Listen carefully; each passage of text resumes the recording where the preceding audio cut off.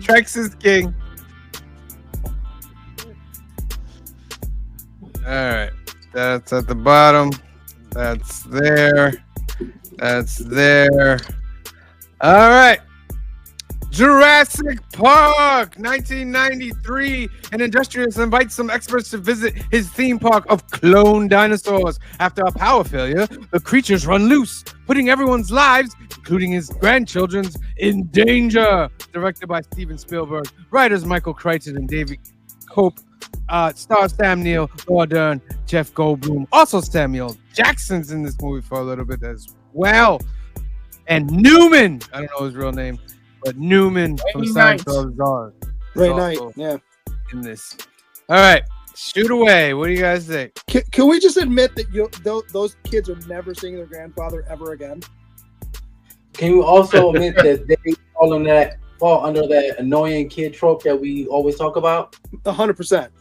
Okay. Well, the one does. The daughter's just whatever, but I gotta say, I don't hate the kids. Mostly because the boy gets so beaten by everything. It's like electrocuted, crapped on, rained on, like crapped on, whatever. He doesn't survive the fall in the car.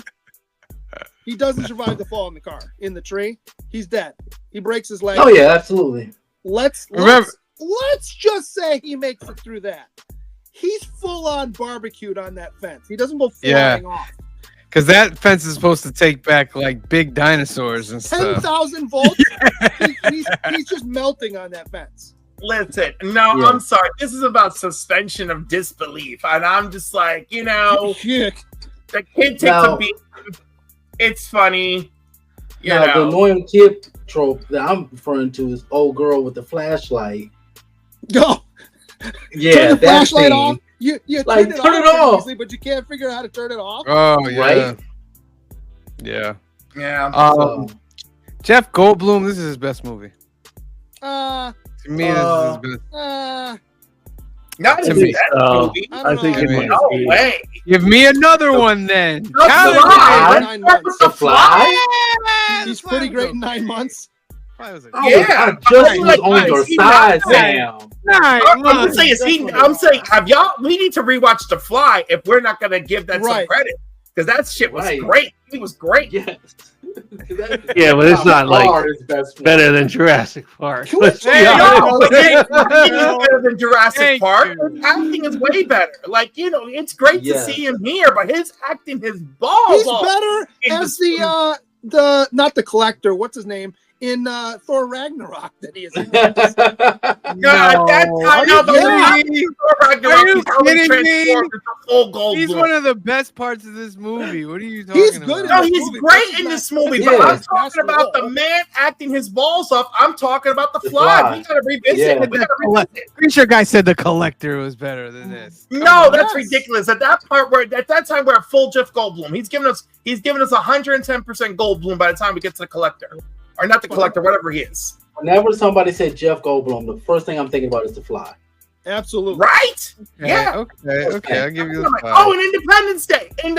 Yes, Independence Day. Independence Day. But I still think this is his best one. Oh, Madam agrees with me. He killed it in The Fly. Thank you, girl. So I haven't seen this movie in forever. And the opening where they're putting, and I don't even think it's a T-Rex. I think it's a Velociraptor, right? Into the enclosure. Yeah. So you built. Hold on, let me back up.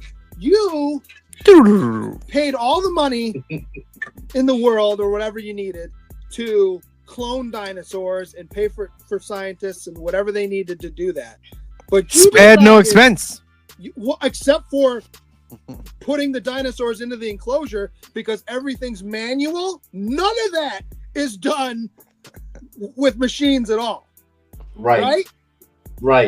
I'm just pointing out. I agree with you on that one. I also thought it was funny, and the practical effects in this movie still are very good. They still look good.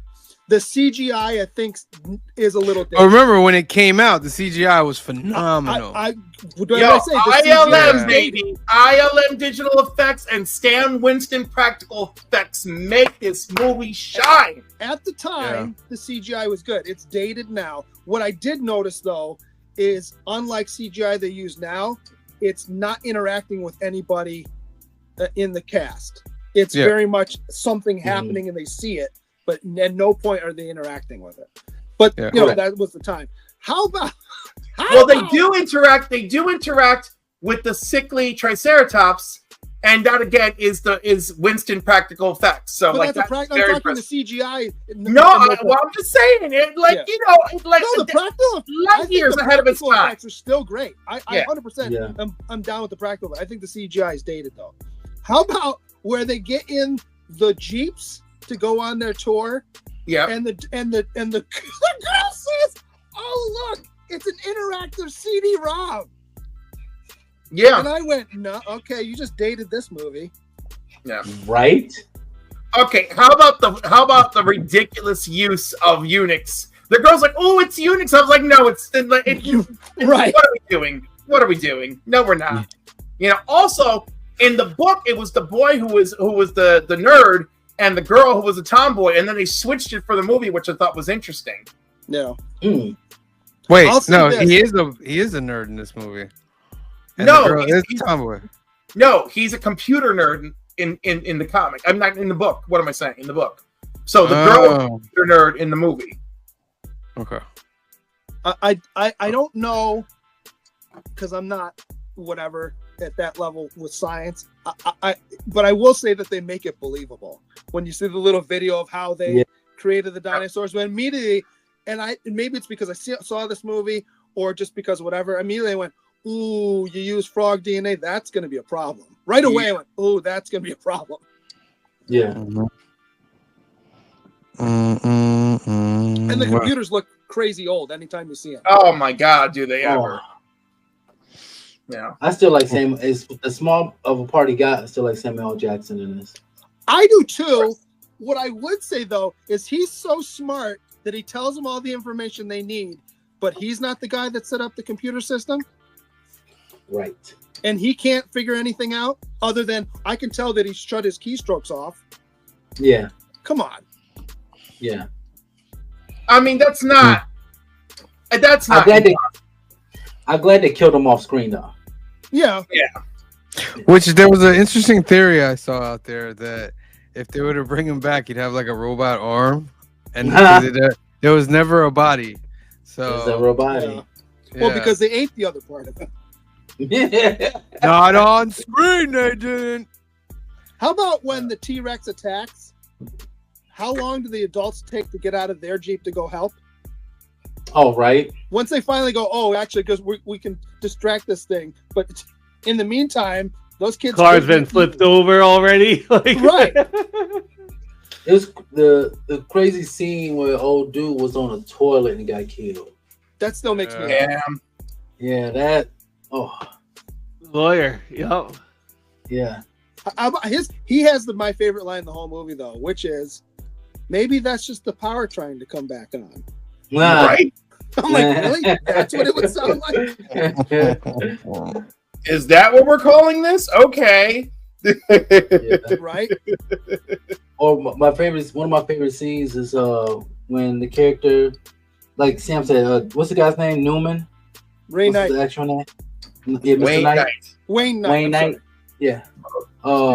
When they was sitting there, he's negotiating the transaction, and he yelled, he said, "Nobody cares! Nobody cares!" Well, that don't get cheap now when because he started the check.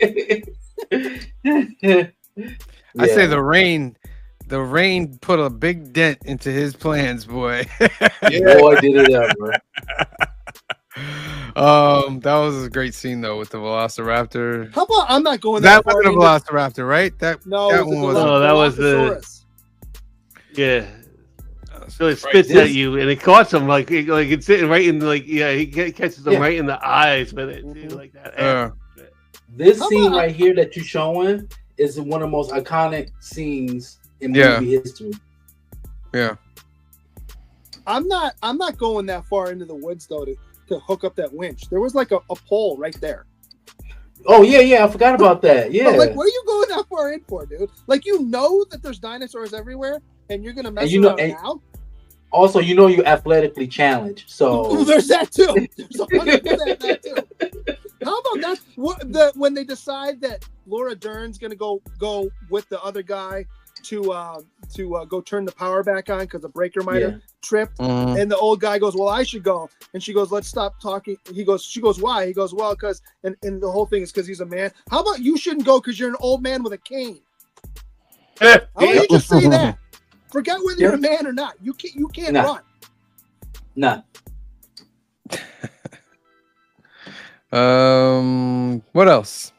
We got a couple minutes. Oh, so, the soundtrack is one of the most iconic soundtracks. Oh, it's John Williams. John Williams, man. Of course, John Williams absolutely bringing the heat. Because I am a big critique of him copying his own work, right? Yeah. But he was, whatever he was feeling himself. He brought something powerful and unique to this movie. Yes. Yeah. Very dope. So I don't have this movie falls apart because of this moment in this one, per se. But I do have if this didn't happen, none of this happens. If you just pay the IT guy and don't piss him off, none of this happens. No. But remember, he spared no expense. He did. Yeah, he seemed like it all got messed up because Wayne Knight decided he wasn't getting paid enough and screwed with everything. Mm-hmm. Yeah. If you don't piss off the IT guy, nothing happens.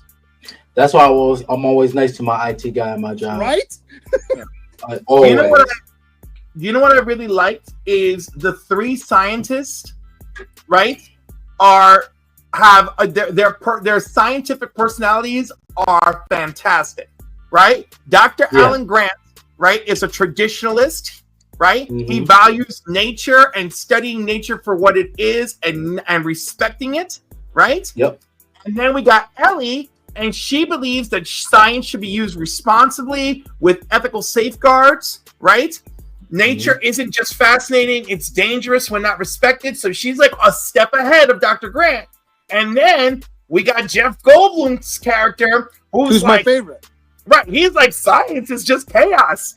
And he's even on the same wavelength as her. He's like, yeah, we can do this, but should we?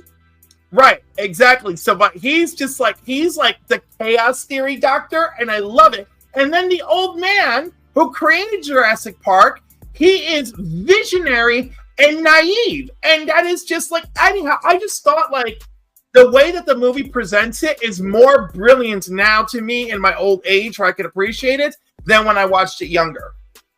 Is it safe to say that if we think of Jeff Goldblum, we just call him a science Goldblum because almost every movie is a scientist?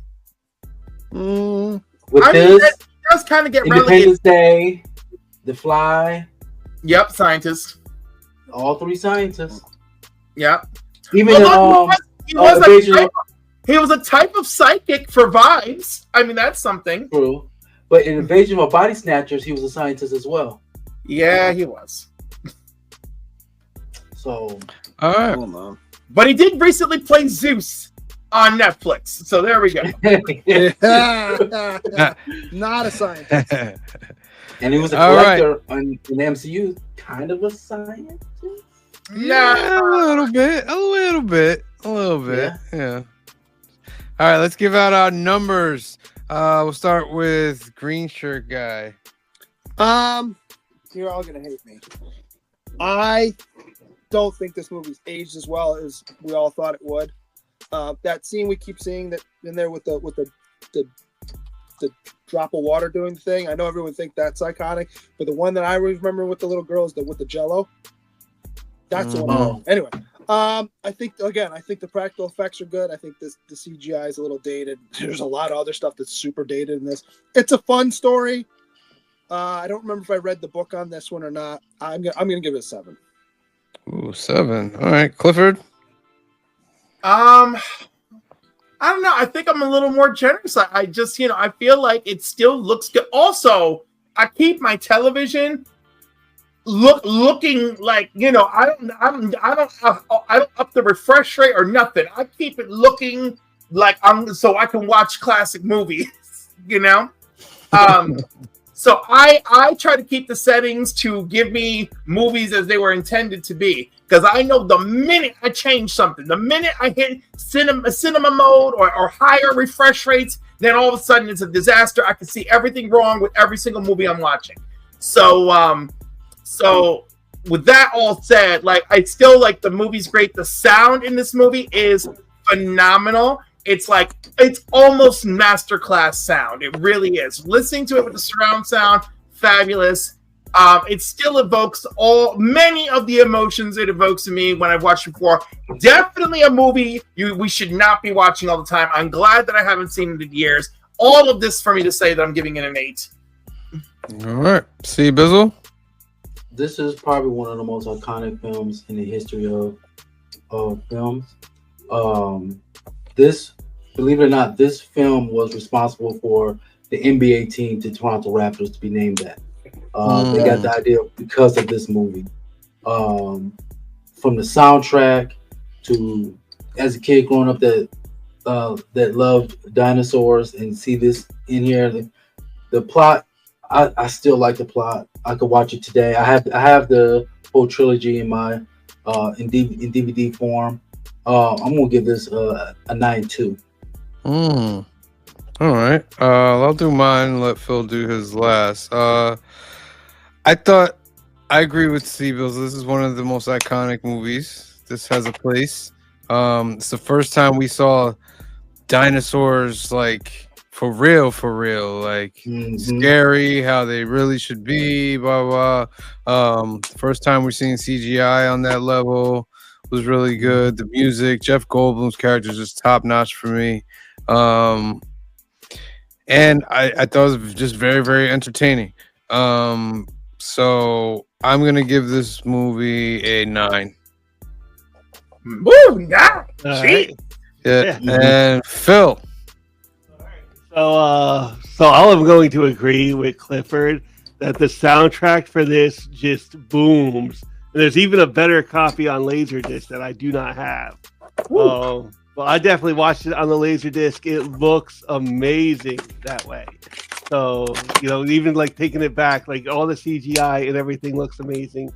The film's iconic. It's definitely if I had a list of 10 movies that I could only watch, this would probably be one of those 10 movies personally. Yeah.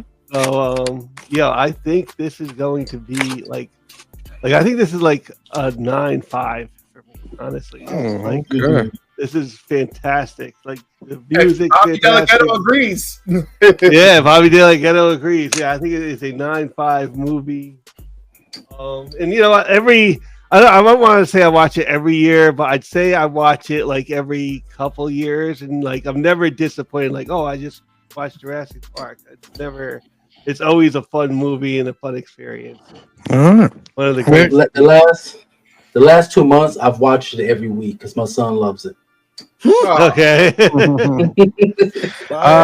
All the numbers come together is an 8.5 for Jurassic Park, which is very, very good. It's a great council number right there. Anything above 7.5 for the council is good. You were here when we did Howard the Duck. Did you hear how bad we rated that movie? Oh my god! Yeah, Woo! deservedly. Deservedly. Tore it to shreds. So that's 8.5 for Jurassic Park. So next week, Phil banging out the bangers. We got E.T. the Extraterrestrial. It's episode 125. Nice little mild milestone. Make sure you tune in Sunday, 5 p.m., 2 p.m. Pacific. We'll go over E.T. as part of 2025 season directors featuring Steven Spielberg. That's next week. Tune in. Brightest day. Where are the heroes?